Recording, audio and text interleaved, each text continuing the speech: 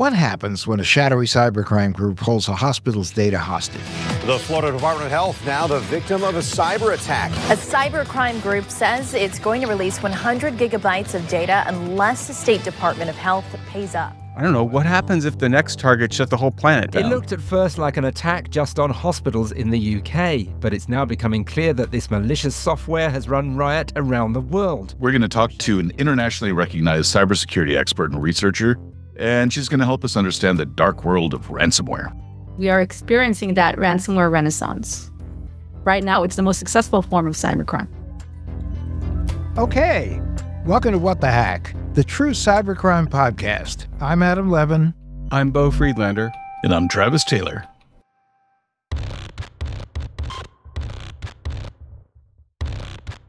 Our story begins with a ransomware attack on the Florida Department of Health. What kind of attack are we talking about? They're locking up data? They're locking it up and then threatening to release it on the dark web. The city of Jacksonville Beach, the Ascension Healthcare System, and now the Florida Department of Health, all sharing one thing in common. They've all been hacked by cyber thieves who are holding stolen data as ransom. I don't get what the big deal is, because all my data, it's already out there because of other breaches and, stuff that I've actually written about. But most people don't write about that. Most people just kind of want to live their lives and not have their medical data be available to anyone online. This is private stuff. People have a right to privacy. The Florida Department of Health's vital statistics information was targeted in the latest breach. Yeah, it's deeply personal. If you've been pregnant, if you've been struggling with infertility, if you have a STD, if you have a psychological illness or something like that, these are things that you should be able to expect that stay between you and your doctor. This is the kind of information that you wouldn't necessarily want in the hands of a prospective employer or an insurance company. Yeah, 100%. I mean, this is non-trivial. It's not like the same thing as somebody getting my Spotify playlist and finding out I like to play the Bee Gees. It's a pretty huge deal. However, since Florida law says the state can't pay online ransoms, it's not clear how this is going to be resolved. Okay, I'm sold. So it was a big deal. It's a really big deal. Yeah, and the attackers left a message behind, and they were demanding payment in crypto. They threatened to release the stolen data on the dark web if their demands weren't met. So the department now faced a tough decision. Do they pay the ransom or risk the public exposure of sensitive information?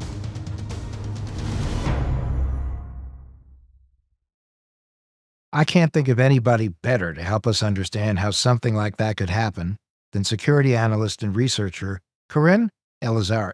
Keren, welcome to our show. Thank you, Adam. I'm pleased, delighted to be here.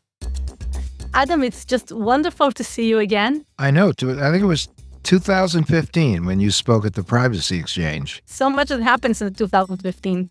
I like to call the ransomware renaissance. And you could say that it's something that began in 2015, 2016. But certainly in the last couple of years, we are experiencing that ransomware renaissance.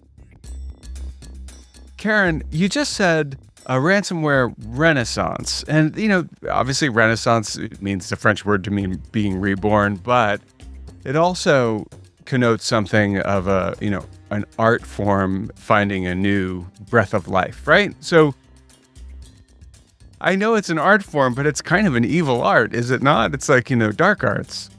It's definitely the dark arts, and this is why I call it a renaissance, because unbeknownst to many people, there is incredibly creative, malicious innovation happening in the cyber criminal world. And an area where I, as a security researcher, see a lot of that creativity and a lot of that innovation is specifically in ransomware. Because ransomware started as something simple, and it has evolved into the most successful form of cybercrime on the planet. A type of crime that has brought in, according to actual cryptocurrency analysis, more than $1 billion in payments. I'm talking about actual profits, money that has been transferred via cryptocurrency to known ransomware operators. And specifically, I think it was 2023. That was the biggest year ever for ransomware. When I first met Adam in 2015, ransomware wasn't a completely new idea, but it was kind of on a very, very small scale. There was one occurrence at a hospital in California, Hollywood Presbyterian Hospital. I believe that was February 2016. where the CEO made a decision to pay an amount that in today's amount of Bitcoin, it would be billions or perhaps millions. But back in that time, it was maybe $20,000, $17,000 in Bitcoin. Decided they're going to pay to get that access to their systems at Hollywood Presbyterian. And the CEO came out with a memo explaining that decision, saying this was the fastest and best way to resume normal operations in our hospital. Maybe he made the right choice for his patients, but he also created a really dangerous precedent, one that we're seeing play out with millions of dollars and hundreds of hospitals being attacked by ransomware groups all around the world.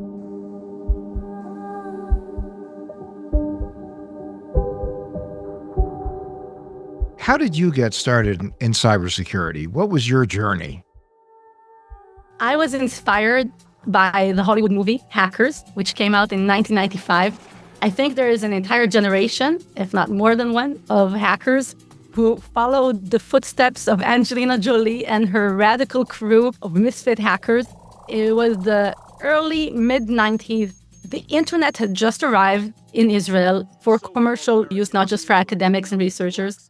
I had to teach myself how web pages worked, how HTML code worked.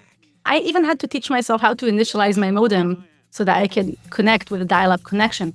And little did I know, a lot of the things that I was doing, including reverse engineering web pages to understand how they work, was called hacking. Only when I saw Angelina Jolie and her merry crew of misfit hackers did I realize, that's what I like doing. And in the movie, I think they end up saving the day. So do you consider yourself an ethical hacker? I like to say I'm a friendly hacker. I've had the chance to work with a variety of organizations, big and small, American, Israeli, and international. And I'm extremely passionate about what we can learn from hackers. It turns out we can also learn a lot from the bad guys. They are innovative, they are clever, they are coming up with new ideas, new tactics all the time. This is really my passion in life, to teach people what we can learn from all kinds of hackers, how friendly hackers can help us, and how bad guys and girls, although I've yet to meet a female cybercriminal, how they can teach us things. So that's what I do. A hacker is somebody who takes things apart, as you were saying, and puts them back together just to see how they work. And then once they understand how they work, maybe thinking about other things that you can do. That's how I think about hacking. I hacked yesterday an air conditioner because I dropped it out of a second-story window. Took it apart, figured out what was wrong with it, put it back together. It involved a little soldering, but it works. So that is hacking, right? And so with hacking, like, I don't know if you're familiar with Harry Potter, but there's different schools. There's Slytherin, Yes. which Travis belongs to. And then there's Hufflepuff, which I think I probably belong to. And then Adam belongs to Gryffindor. I would think, hackers kind of work in the same way. Are people having fun, the hackers, and are there jerks and nice kids? How does it work? What's the culture like? The short answer is yes. The hacker world is filled with everything you can find in a Harry Potter book and a whole lot more. It's filled with drama, intrigue, conflicts, and with people that are driven by competition. It's filled with friendly hackers and cyber criminals. I haven't been bored for a single day, and I've been in this world since the mid-90s. The fun thing about cybersecurity as a job and the hacker culture is that there is always something new. For me, a hacker was always that the whole theory is we break things and then we try to figure out how to fix them. But in your mind, what separates the good hacker from the bad hacker? I think hackers are driven by curiosity. And the friendly hackers, the good hackers, they might have a moral compass, but they might have a motivation to show the world things that are broken so that people might fix them. Money is certainly a big motivation, so financial motivation, just like a lot of other forms of crime. But for quite a lot, certainly for a new generation of hackers, a Gen Z era of hackers, it's about notoriety. So these are kids who grew up on games like Grand Theft Auto. Maybe some of them went to school during the COVID pandemic, and they grew up kind of cyberbullying one another. And now they're playing that out, but they are kind of playing it at being a cyber criminal.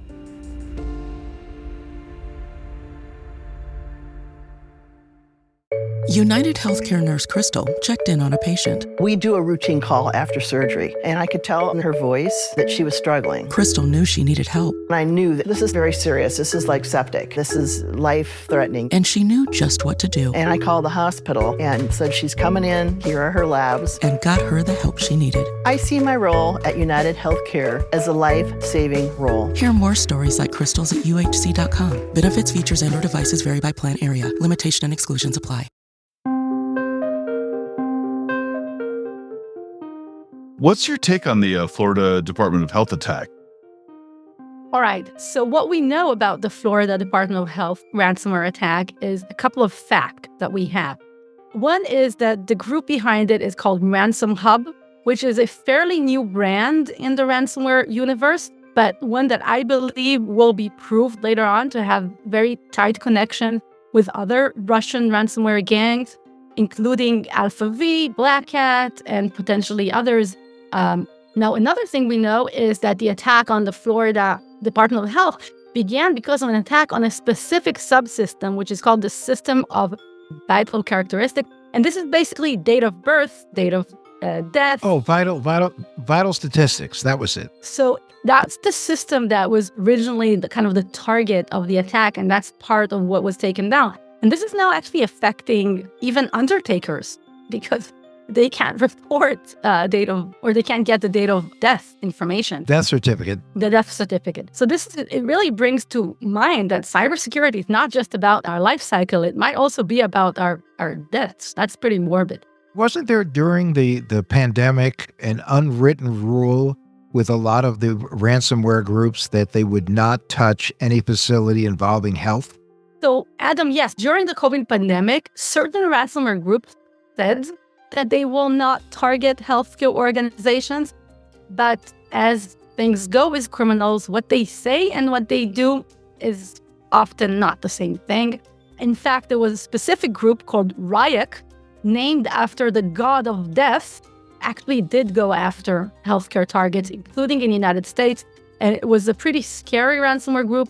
So yes, they said that they won't target healthcare, but the reality is, if you look at the U.S. right now, according to the U.S. Department of Health and Human Services, healthcare organizations are number one of the list of the type of sector that gets targeted by ransomware in the United States. And that's just the current data.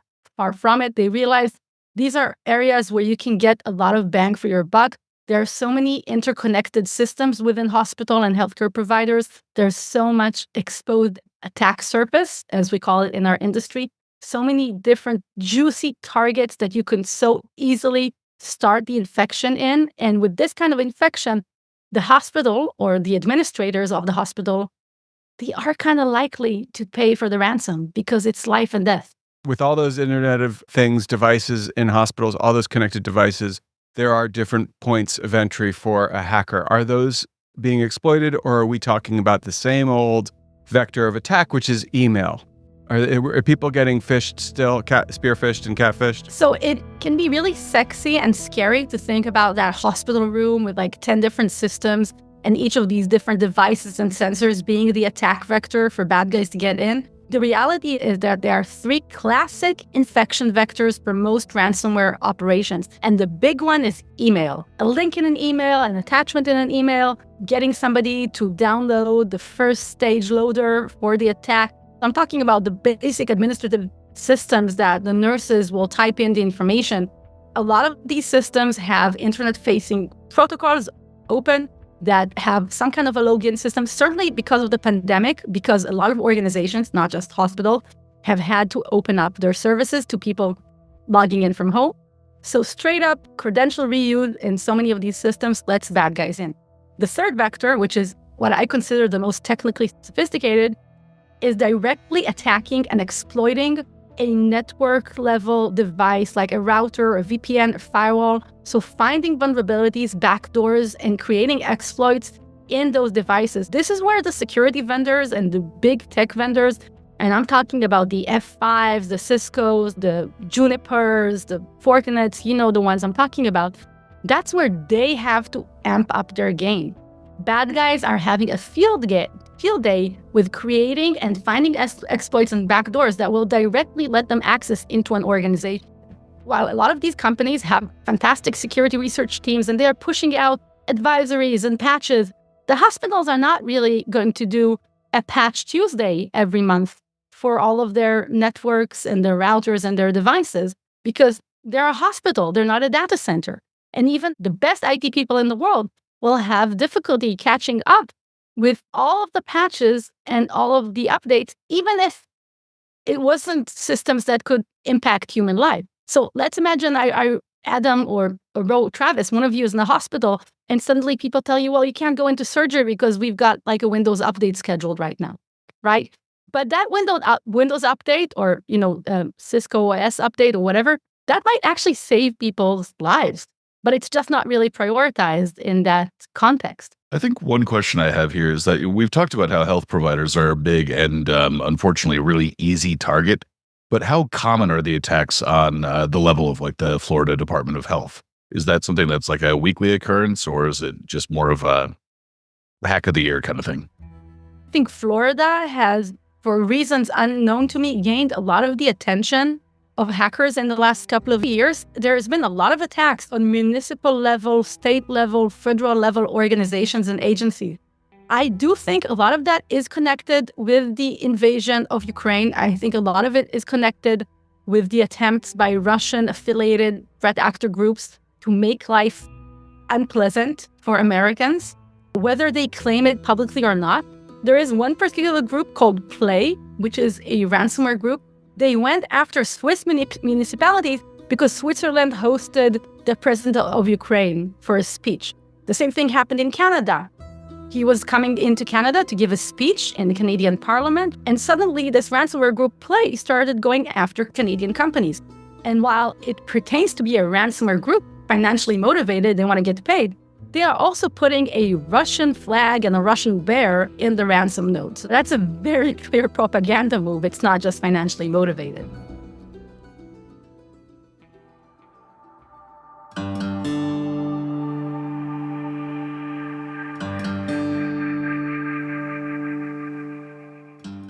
One of these ransomware groups is Lockbit.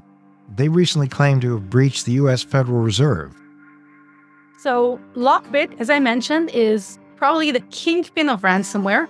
And one of the reasons that Lockbit has become such a successful ransomware operator is because they perfected the ransomware as a service model.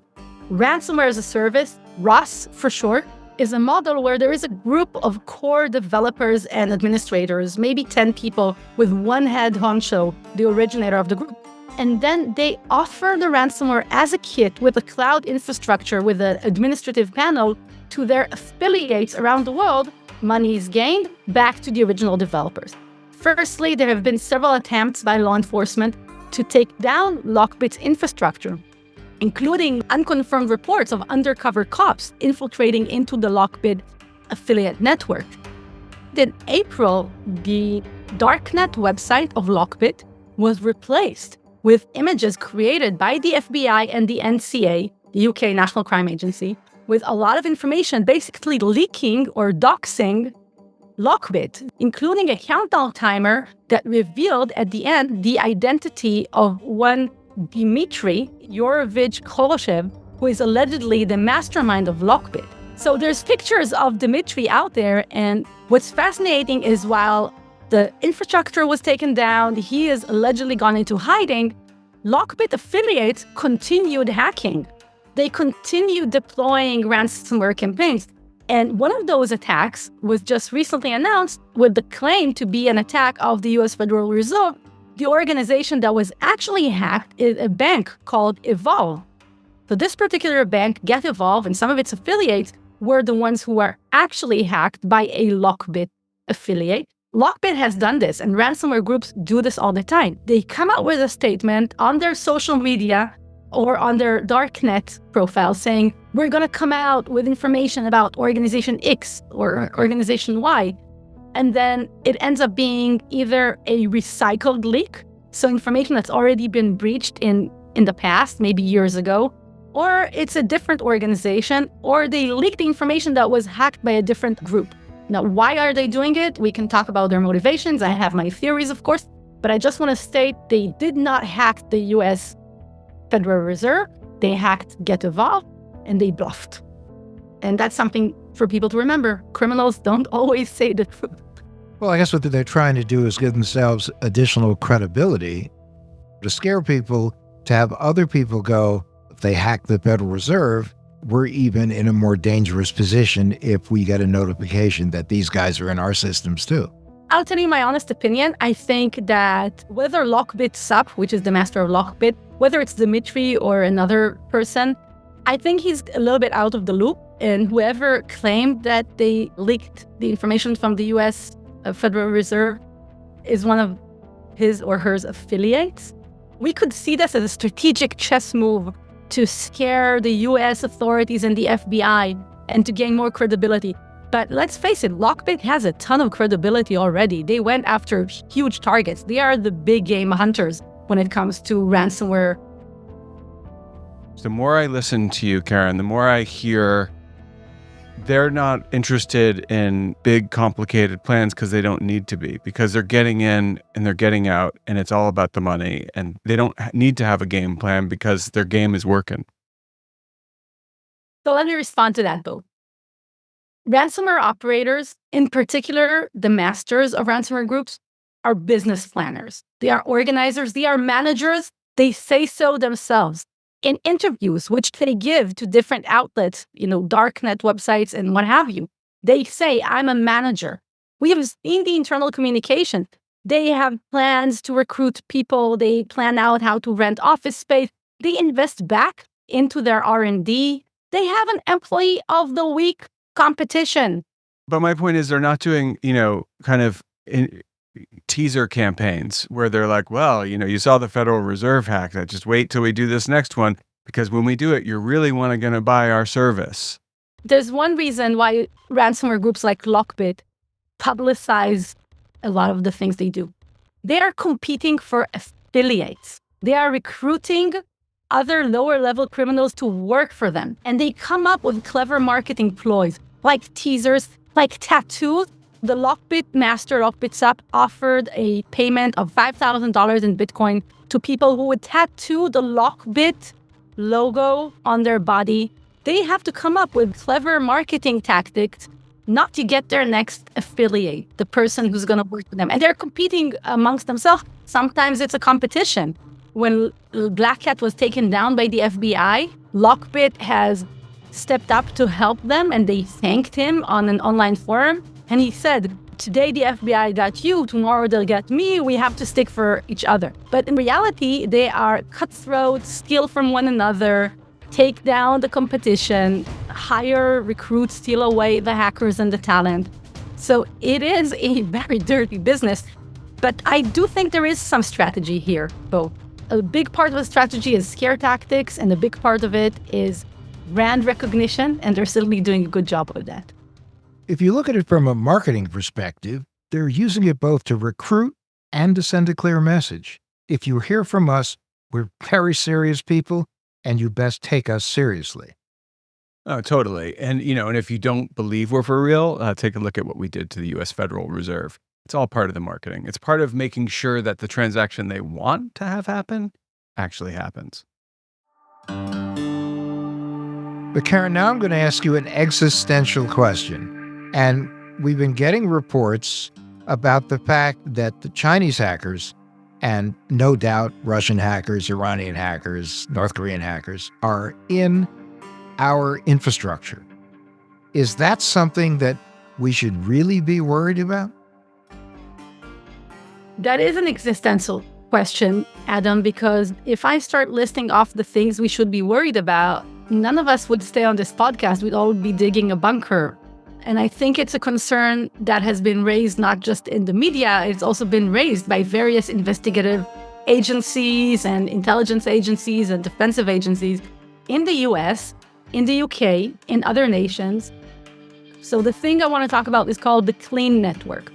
And this is one example of an initiative, the Clean Network, which is a US government-led bipartisan effort where the idea was to counter the long-term threat of bringing in infrastructure for telecommunications equipment from specific countries, namely China, where the fear was that they were going to be backdoors built into the 5G networks in the United States and around the world. And so I believe it was the Undersecretary of State, Keith Kraft, was part of this initiative. And this was during the 2020 era, so during the pandemic. The fear of mostly China, because they manufacture so much of the technologies that America uses and a lot of other countries use, the fear was that there would be backdoors built into the communication networks, and those communication networks will be used to take down electricity, to take down basic critical infrastructure and services, and send America back to the dark age. I think that if quite a few American cabinet members and secretaries of state have taken this threat seriously, humble me would say, yes, there's probably credibility to that threat. I think it would be really interesting actually to look not just at what's happening in the United States, but also what's happening in other nations around the world, specifically in Europe's region or in the countries that are kind of bordering Russia, and look at what's happening there, because we have seen attacks on 5G infrastructure. The whole region in Europe would be taken offline or away from communication, specifically right now as there is a war playing out on the border and in Ukraine. I think it is a valid threat. And I think that I'm thankful that there are certain agencies and people that are taking that threat seriously. I don't think it's just a Halloween bedtime story. And we have elections coming up too in this country, and I've not said a word about that. Well, you should, but we should. I wanted to actually tell you both to shut up because I really don't want to hear it. But the fact of the matter is, it's what it is what keeps me up at night. Talk about the elections. Okay.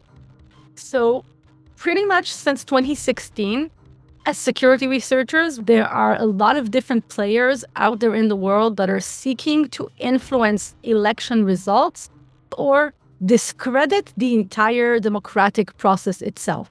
They could be pursuing the goal of trying to influence the results, and they could be pursuing the goal of discrediting the entire idea of democracy in of itself. But what we are really concerned with is what are the chances of directly affecting voting machines, voting databases, counting of votes. And in a country as big and as wide as the United States, that is a very scary concept indeed. With that in mind, the former head of CISA, the American DHS agency CISA, the former head, Krebs, did a lot of effort, and a lot of good people at CISA worked really hard to secure the previous elections and to make sure that things that were maybe possible in 2016 were not possible in 2020.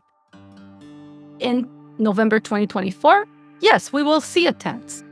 I can't tell you whether they'll be successful or not. I'm certainly not a prophet.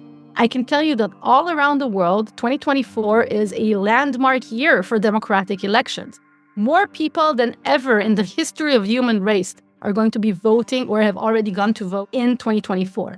And in Europe, we saw attempts to influence the results of the European elections. And we saw specific attacks on Polish ministries and organizations all around Europe. So we're going to see specific nation states that have a lot to gain from chaos.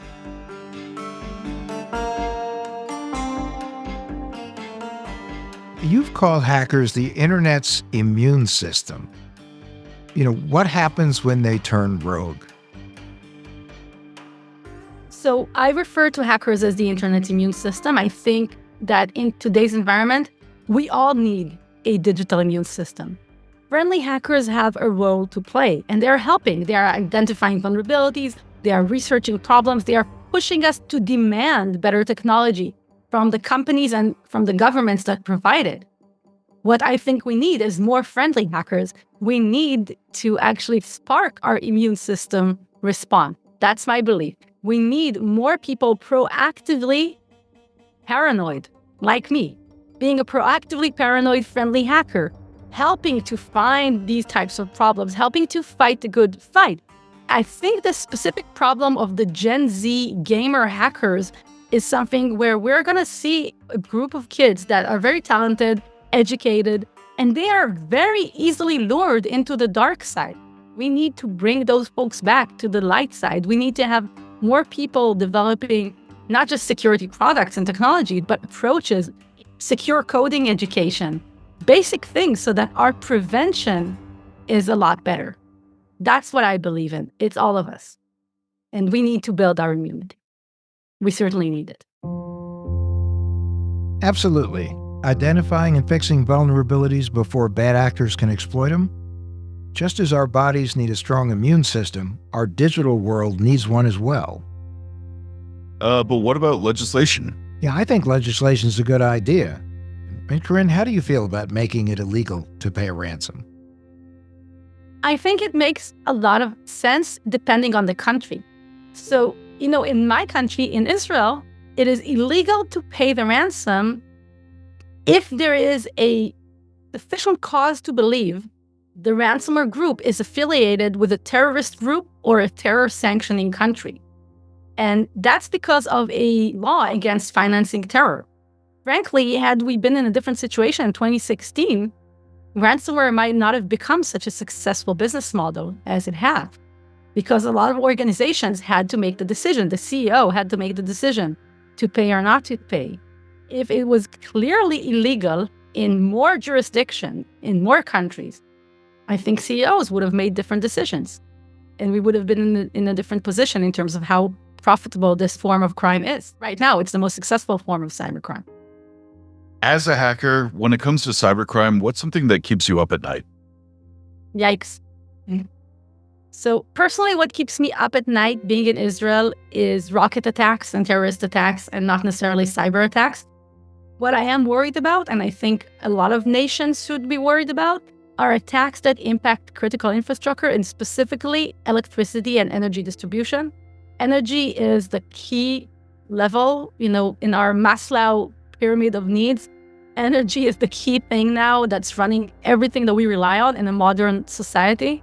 That is the area that might keep me up at night, is how easy it could potentially be for a malicious group, whether they are criminals or nation state, to impact the energy and the power supply to civilians.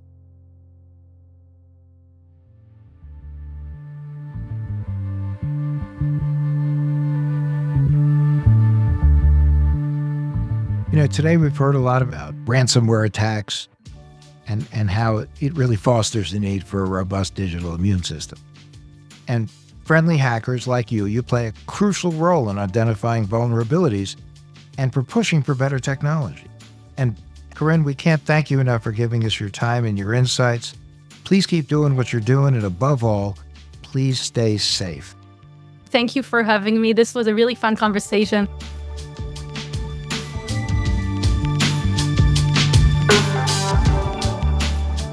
All right, it's time for the tinfoil swan. Our paranoid takeaway to help you be safe on and offline. What are you guys thinking about this week? Me, a cybersecurity influencer I follow, posted about ponegachis, and I can't stop thinking about them. Gesundheit. Yeah, those have been around for a while. Well, in internet terms, perhaps, but they're still out there and actually being used quite a bit. In the most adorable way possible. What are you both talking about? Okay, a ponagachi is a little device. It looks like a toy, like those stupid little digital pets from the 90s. Tamagotchi. Bless you. No, okay. They're passive hacking devices used to break into Wi-Fi accounts. And yes, they have cute little cartoon faces. Indeed they do. What do you call it? It's like a microcomputer, like a Raspberry Pi is what you use for it. First ponegachis, now Pi? Actually, you could make a ponagachi using a Raspberry Pi. Raspberry Pi has been around a bit longer than that. Yeah. What you need to know is there are wee little computers that can be used to hack into your stuff, and the technology is constantly improving. So how do they work? It depends on the device. I mean, some of them need to be plugged in, but most of them can just be in proximity to their target. So it's just passively picking up data about Wi-Fi networks that are within range. Yeah, and that's called sniffing. And with the ponagachi, it has moods based on whether or not it's getting enough new data or, in short, new Wi-Fi networks. So it's toyification of hacking. And then it hacks those networks? Kinda. It sniffs for information that could reveal a password for a Wi-Fi network. So it's basically looking for unlocked digital doors, right? Right. Exactly. So if you wanted to use the information it was picking up, you could use it to get someone's data. And it is a pretty quick learner. So the more networks it encounters, the better it gets? The more efficient, but yeah. Okay, so how do you protect against Ponagachis or whatever you call these things and other tools that work like it? First and foremost, you need to have a router that supports WPA3 encryption. Okay, well, also set strong passwords. A lot of routers come with built-in and easy-to-guess logins and passwords, as do a lot of internet-connected devices. Yeah, and if you're really worried about someone intercepting your data, use a VPN. Virtual private networks encrypt your data, so even if your traffic is intercepted, it's unreadable. Yeah, but the easiest method overall, if you work from home and you need to transmit any kind of sensitive data, just connect your computer to the router with a Ethernet cable. Whoa, that is old school. Anyone out there have an Ethernet cable I can borrow? If you're connecting to your bank or dealing with anything that could tank your business, stay off Wi-Fi. Pretty much. Please, you guys should just invest in a tinfoil hat factory. Maybe so. And that's our tinfoil swan.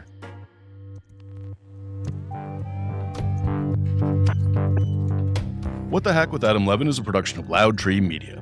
You can find us online at adamlevin.com and on Instagram, Twitter, and Facebook at Adam K. Levin.